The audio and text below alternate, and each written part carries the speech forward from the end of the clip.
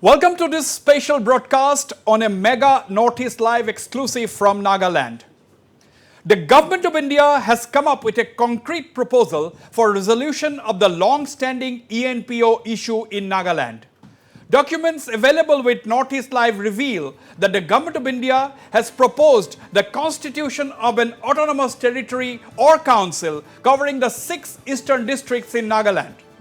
The Nagaland government has convened a consultative meeting at 1:30 p.m. on June 30th at the State Banquet Hall in Kohima to discuss the centre's proposal for maximum autonomy in the 6 districts of 𝗡𝗡𝗥𝗧𝗛𝗡, Mon, Longleng, 𝗡𝗡𝗢𝗥𝗧𝗏 and 𝗡𝗡𝗥𝗧𝗏. Well-informed sources privy to the series of discussions between the ENPO and the Government of India have said that the proposed administrative arrangement will have 40 elected members and 9 nominated members. That means it is going to be a 49-member council. Sources said the administrative arrangement will have legislative, executive and financial autonomy and may be called the Frontier Naga Territory.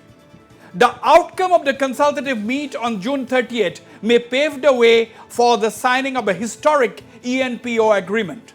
The consultative meet in Kohima will be attended by the Chief Minister Nephew Rio, Deputy Chief Minister Y. Patton and T.R. Jeliang, 19 other MLAs and advisors, besides the 2 MPs from the state and the Speaker of the Nagaland Assembly. Representatives from tribal organizations like the Central Naga Tribes Council, Angami Public Organization, Tenimi People's Organization, Chakesang Public Organization and the Nagaland Garo Tribal Council among others will also attend the consultative meeting. Sources claimed that the Government of India has agreed to bring 45 departments under the new administrative structure and a separate secretariat will be established in the eastern region. Further, an additional Director General of Police will be appointed exclusively for the new autonomous territory.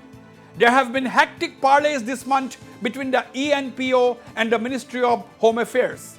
At the invitation of the MHA, a 12-member ENPO delegation led by its president 𝗡𝗢𝗥𝗧𝗛𝗡𝗔𝗦𝗧 held talks with Union Home Minister 𝗟𝗓𝗪𝗓 on the 16th of June.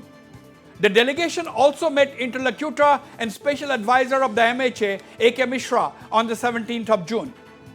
Sources added that there are still some loose ends that needs to be sorted out before a final solution is reached and a final meeting is held. It was in 2010 that the ENPO submitted its first memorandum to the Government of India. The ENPO has been demanding a separate frontier Nagaland comprising the eastern parts of the state, saying that the region cannot develop unless it was granted full autonomy and a separate administration. The eastern districts that we are talking about were originally a part of the Northeast Frontier Agency, a separate administrative unit established by the British as the 𝗡𝗡𝗥𝗧𝗏 Frontier Division. The area became a full-fledged state of Nagaland in 1963. It took 10 years for the region to be represented in the Nagaland Assembly. Viewers, this is the big story we are tracking at this point in time. This is a mega exclusive from Nagaland. The central government and the ENPO appears to be on the verge of signing a historic agreement. Let us listen to what 𝗡𝗢𝗥𝗧𝗛𝗡𝗔𝗦𝗧, the ENPO president, told me when I spoke to him a short while ago. Good afternoon. Am I speaking to Mr. 𝗡𝗢𝗥𝗧𝗛𝗡𝗢? Yes, right. Mr. Sangtam, you have had a series of discussions with the central government during this month. On 16th, you met the Union Home Secretary 𝗟𝗓𝗪𝗓. Then on 17th, you met the advisor, Mr. 𝗟𝗓𝗪𝗓, interlocutor. So, can we tell the people of Nagaland that some kind of a solution is worked out? We are expecting within no time to be signed. It's a Agreement. MOS agreement. Okay. But it's not yet finalized yet. Yes, obviously. But you have narrowed down a lot of differences. You have agreed on a lot of things, right? Right. But then here State Government says that according to the paper this morning, I see that they are going to discuss about the Autonomous Council, which was earlier they have recommended to the Sunday Autonomous Council. But we have already rejected the Autonomous Council. So I think we have no say on that. Right. Because our demand is a little bit different. Different. But our sources, Northeast Live has heard from our reliable sources that you have agreed more or less on Frontier Naga territory. It will be a Right. territorial council. Right. That's the thing. Frontier Naga territory, right? Frontier Naga territory. Yes. Okay. And we have also heard that it will have 40 constituencies, at least minimum 40 constituencies. 40 assembly constituency members, that's 40 legislative members, and with nominees, nine nominee members. Nine nominee members will be elected or not? Yes, that is, yes, they've agreed. So it will be 49 members. Oh, it will be 49. Right. Okay. 40 elected and 9 nominated. Anyway, Mr. Sangtam, let us hope the issue is resolved sooner than later. Thank you for speaking to Northeast Live. Okay, thank you. Right. Okay. And Nagaland Chief Secretary 𝗟𝗓𝗪𝗓 confirmed the holding of the consultative meet on the 30th of June in 𝗡𝗢𝗪. Let's listen in to Nagaland Chief Secretary 𝗟𝗓𝗪 speaking to our reporter 𝗟𝗓𝗪𝗧𝗛𝗪 in 𝗡𝗢𝗪. The state government have called for a consultative meeting on the 30th with regard to the ENPO's demand for Frontier Nagaland. What is the status and what is the take of the government on the proposal which was submitted by the organization to the union, to the central government? We are going to have this consultation on the 30th of June, and in that session only we will discuss the proposal of the Government of India and the views of various stakeholders, and those views will be communicated to the Government of India, and then the final decision will be taken later. Well, that was 𝗟𝗓𝗪𝗧, the Nagaland Chief Secretary, confirming the holding of the consultative meet. In fact, I am holding this notification issued by the Home and Political Department of the Government of Nagaland, inviting various people for this consultative meet at 1:30 p.m. on the 30th of June at the State Banquet Hall in 𝗡𝗢𝗪. Now, this consultative meet will talk to the different stakeholders, different Naga tribes councils of the various communities, like the Central Naga Tribes Council, the 𝗟𝗓𝗪𝗓 People's Organization, Angami Public Organization, House, and then 𝗟𝗓𝗪𝗓 Public Organization, Nagaland Garo Tribes Council. So these are representatives apart from the Chief Minister, the 2 Deputy Chief Ministers, the Speaker, the 2 Rajya Sabha MPs, besides around 17 to 18 MLAs and advisors of the Nagaland government, including several of whom are representing the 6 eastern districts. I have with me our news editor, Nabarun Goswami, joining me in this special broadcast. Nabarun, if this agreement is signed, it's going to be really historic as far as Nagaland is concerned. What are some of the questions that come to your mind at this point? Well, first of all, Wisbir, does this come as a surprise, this massive development in such a short period of time?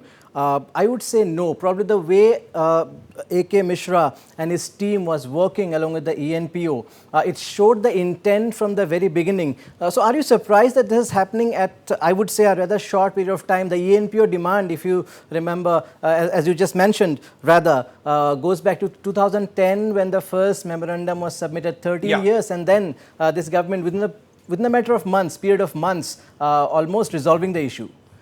Absolutely, Nabarun. 𝗟𝗓𝗪𝗧𝗏 is a very cool operator. He doesn't come before the media, but he does his work continuously. He has been, in fact, working tirelessly, the interlocutor and special advisor in the MHA, Mr. 𝗟𝗓𝗪𝗧𝗏, a very, very veteran bureaucrat who knows the Northeast now like the back of his hand. Now, he has been working tirelessly. But, these things does not come overnight. This happened, the first memorandum, as we have been saying, was submitted by the ENPO in 2010. They were demanding a separate frontier Nagaland. That was the demand. The complaint by all the elected representatives as well as the community leaders in the 6 eastern districts was that the government of Nagaland was not doing enough to project the interest to bring about development and build infrastructure and create jobs for the people in the eastern districts. Now, but ironically, Nabarun, that area, the 6 districts has 20 legislators. 1/3 of the legislators in Nagaland belong to the eastern region. And this question was asked repeatedly to some of the ENPO members as well as the Naga political leaders that despite having 20 legislators, why were they not able to bring in development to the eastern region? Then the answer of Nabarun was that, that unless they have the power in their hands, they are not able to bring in development the way they want. What do you think about that? But do you think, end of the day, it is the poll boycott call? It was the poll boycott call that actually, proved as a trigger to this entire development, to the progress of talks and the speeding up of talks, and now we have this. Right, right. We have the leader of the Naga Tribes Council, 𝗡𝗢𝗥𝗧𝗛𝗘 joining me on the program, and I also have our correspondent 𝗟𝗜𝗩𝗘𝗥𝗧𝗛𝗘 standing by live from Kohima. But before coming to you, Sarah, I'll give me a few moments. I'll come to you. But let me go to 𝗡𝗢𝗥𝗧𝗘𝗘, the leader of the Naga Tribes Council. 𝗡𝗢𝗥𝗧𝗘𝗘, welcome to this special broadcast. We are just breaking this big story from Nagaland that the government of India has come up with a concrete proposal, and that is going to be discussed by the Nagaland government with invited representatives on the 30th of June. So this breakthrough, were you expecting this breakthrough so soon? Yeah, Mr. Wasbir, I have nothing much to comment because the talk in the present stage, we are not privy to anything. But then we have all our good wishes with the ENPO. Whatever may be the negotiation, whatever may be the settlement, whether it's granting of autonomous administration or even the separate funding, we have absolutely no problem. But there's no question of a separate state or separate territory parting with Nagaland. No, Mr. 𝗡𝗢𝗥𝗧𝗘𝗘, nobody is suggesting a separate state. The proposal says that there will be a frontier Naga territory. Is supposed to be the name that is given to this special administrative structure, and it will have 40 elected members and 9 nominated members. This will be within the Nagaland state, and there will be an additional Director General of Police that will be appointed. There will be 40 elected members, 9 nominated members, and the Government of India proposes to bring 45 departments under this new administrative setup. So this is quite a lot of autonomy. I think this should satisfy the aspirations of the Eastern Nagas, isn't it? Absolutely, absolutely. Because we cannot deny that there is a lack of parity in development. And then there are so many areas where they have resentment, to which we also acknowledge. I think there is a large-scale failure on the part of the government to give them a fair governance in developing the ENPO area. So for some time, I think there can be a measure where they can be helped and compensate what lost was there in the past, so that they can come at parity with the rest. Right. So this kind of autonomous arrangement or other solution that work out with some practical step to build up the ENPO area to come at par with the rest of other districts, I think it's most welcoming. Absolutely. Now, before I let you go, 𝗡𝗢𝗥𝗧𝗘𝗘, final question. Now we are on the verge of seeing an agreement between the Government of India and the ENPO. Do you get a sense that, this will eventually lead to the signing of the Naga peace agreement, although the two issues are not linked, but does it bring in a ray of hope? On the larger interest, I think it can become a part of Naga political solution. It depends on the wisdom and the political will on the part of the government of India. I don't feel there can be any such kind of permanent settlement if it is just attend to just ENPO area.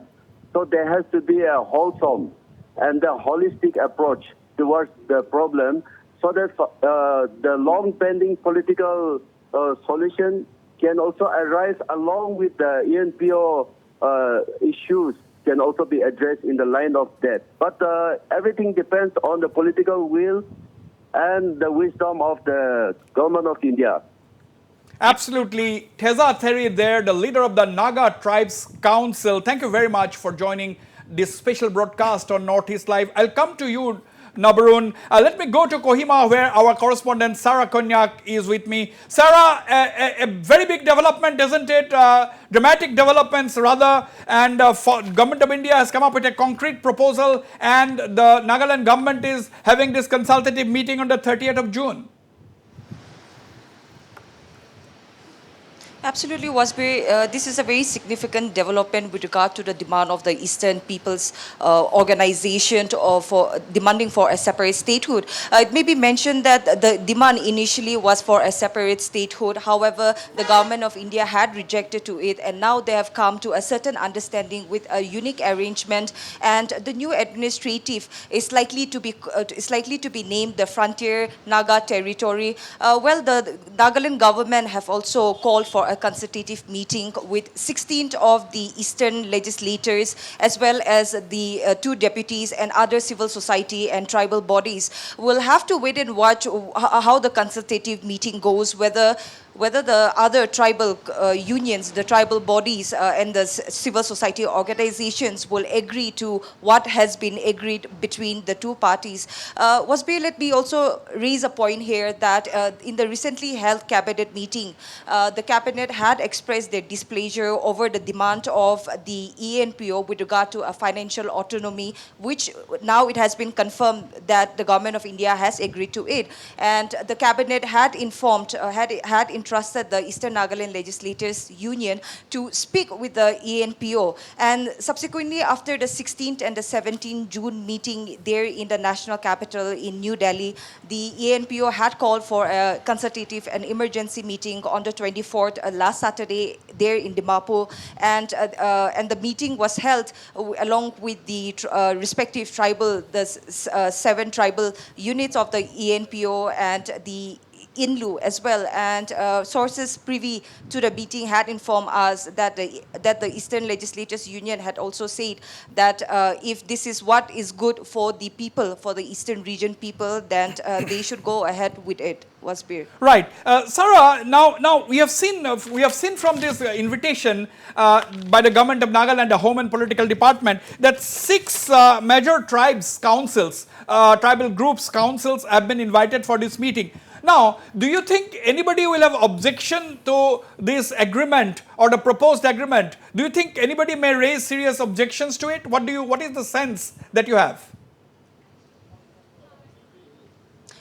Wasbir, over the time when, especially last year, when the ENPO had come up with the demand that unless and until the government of India gives a positive response to their demand for a separate statehood, that is the Frontier Nagaland, the Eastern people will boycott the election and will not participate in any of the state and the central elections. Well, this had grabbed a lot of attention, and the government of India, as we can sense, has taken the voice of the ENPO very seriously, and subsequently the MHA had constituted a 3-member team who had also visited the Eastern region, who was on a 3-day visit in the Eastern region, and they had submitted their proposals. Well, during that peak of the time when the ENPO had demanded for a positive response and boycotting of the election as well as the Hornbill, we spoke to a lot of other organizations, and there is no doubt that there has been discrepancy in the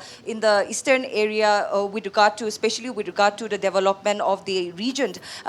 Many organizations have agreed, they have not denied, they respect the sentiments of the people. However, we cannot say anything as of now. We will get to know only during the consultative meeting whether they will have a yes to what has been agreed upon, right, or whether they will object to what right has been agreed upon between the two governments. Because as we can see, there is going to be 40 more constituency. However, the ENPO is of the view that the unique arrangement which is being made between the two parties will not affect the present functioning of the Nagaland state government. Absolutely, absolutely. Sarah, don't go away. Stand by. Don't go away. Nabarun, you know, 𝗡𝗢𝗥𝗧𝗛𝗘, the man who doesn't remain in the spotlight at all, but he works silently, as I've said in my opening remarks. Now that we are on the verge of an ENPO deal. In fact, the ENPO delegation met 𝗡𝗢𝗥𝗧𝗛𝗘 in New Delhi as recently as on the 17th of May. Now, do you think that after this agreement, there will be hopes of 𝗡𝗢𝗥𝗧𝗏, at the end of the day, being able to maneuver the bottlenecks as far as the Naga Peace Accord is concerned, and will be able to come up with some kind of a ground that will prepare the reaching of an agreement sooner than later? Well, Asbir, I personally feel that these are two different things, and Absolutely, these are two different things, of course. Not much.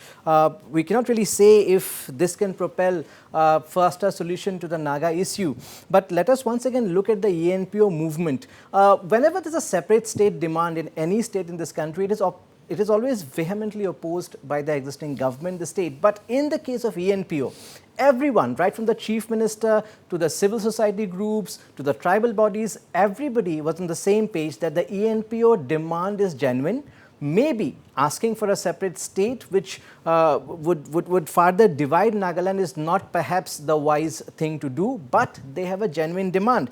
And now when you look at these figures, 45 departments to be brought, we'll have 49 representatives, 40 of them elected, 9 nominated. It will be interesting to see the budgetary allocation for the 6 eastern districts, and if with the bringing of 45 departments, DGP appointed exclusively, additional DGP appointed exclusively, definitely hopes do rise that finally, after 75 years after independence, this part of the country will see the development that the people of the area always wanted to see. Now, this is more or less, this will be going on the lines of the Bodoland Territorial Council. Now, as I have spoken to 𝗡𝗢𝗥𝗧𝗛𝗘𝗦𝗧, the president of the ENPO, he told me that this notification, of course, says that the consultative meeting for a constitution, the centre's proposal for a constitution of the Autonomous Council, that's what the notification, the meeting notice issued by the Nagaland government said. But Mr. Sangtam, who is the ENPO president, he has categorically said that this nomenclature of an Autonomous Council has already been rejected by the ENPO, and that he claimed that the centre has agreed to this new name, that is the Frontier Naga Territory. Now, it's all just a name, you know. At the end of the day, the terms of reference, at the end of the day, the provisions in this proposal will be more or less the same that would have been there had it been a council. But now, but territory is definitely something which is above the council, isn't it, Sarah?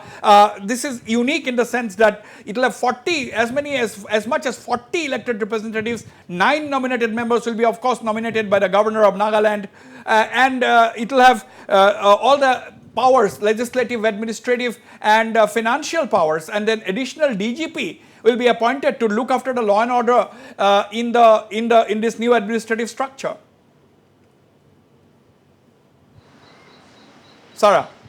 Absolutely, 𝗡𝗢𝗥𝗧𝗛𝗘, that is why the ENPO are also saying that this is a unique arrangement. And with regard to the proposal of an autonomous council, the demand right after the memorandum was submitted by the ENPO to the Prime Minister of India in the year 2010, the Nagaland Legislative Assembly had taken up the issue on urgent public discussion in the Assembly, where they had proposed for an autonomous council for the ENPO for the Eastern region. However, this was flatly rejected by the Eastern people, and till date they stand to it that they will not accept anything less than a separate statehood. However, if we come to it now, to the arrangement that has been made between the two parties, the ENPO has narrowed down a lot of their demands with regard. However, the main intention is to bring development in the region and to be at par with the other Naga tribes here in the state. So I think the arrangement has been consently agreed by both the parties, and the government of India, the centre, have also personally visited the region and have taken their own assessment, which was reported to the Ministry of Home Affairs. So all in all, we can say that it is a fair deal, especially from the ENPO side, because for the last many decades, there has been a discrepancy in the terms of development, be it education, road structure, infrastructure, everything. Yeah. So I think if this new arrangement is made possible, if it comes to reality, then I think Absolutely. this will definitely benefit the Eastern region. And I would also like to raise a point here, 𝗡𝗢𝗥𝗧𝗛𝗘𝗦𝗧, is that the ENPO will be meeting the MHA team very soon in Guwahati. This is what our sources have informed. There's still some loose ends that needs to be tied, and very soon they will be finding finalizing a date to sign the final agreement, and sources are saying that it is likely to happen before the monsoon parliament. Big breaking story. Sarah, thank you very much for joining this special broadcast. The big breaking story is that there will be a meeting of the ENPO with the interlocutor and the MHA team in Guwahati shortly, and a date will be fixed. So, number one, final comments, curtains down on yet another contentious issue in Nagaland, in the northeast. Well, Vasbir, let's wait for the consultative meet. The MLAs are there, a lot of tribal organizations have been invited, and let's hope the historic deal is signed soon. Absolutely, that is a big ray of hope as far as the northeastern region is concerned. Prime Minister Narendra Modi and Indian Home Minister Amit Shah has been taking a keen interest to resolve all issues in the northeast, and this is one of the issues that has kept Nagaland in the headlines. And once this ENPO issue is resolved, one may presume that the centre's entire focus will be on the Naga political issue, and we hope that sooner than later that issue is also going to be resolved. Thank you very much for joining us on this special broadcast, and as we say, all breaking news comes first only on your channel Northeast Live.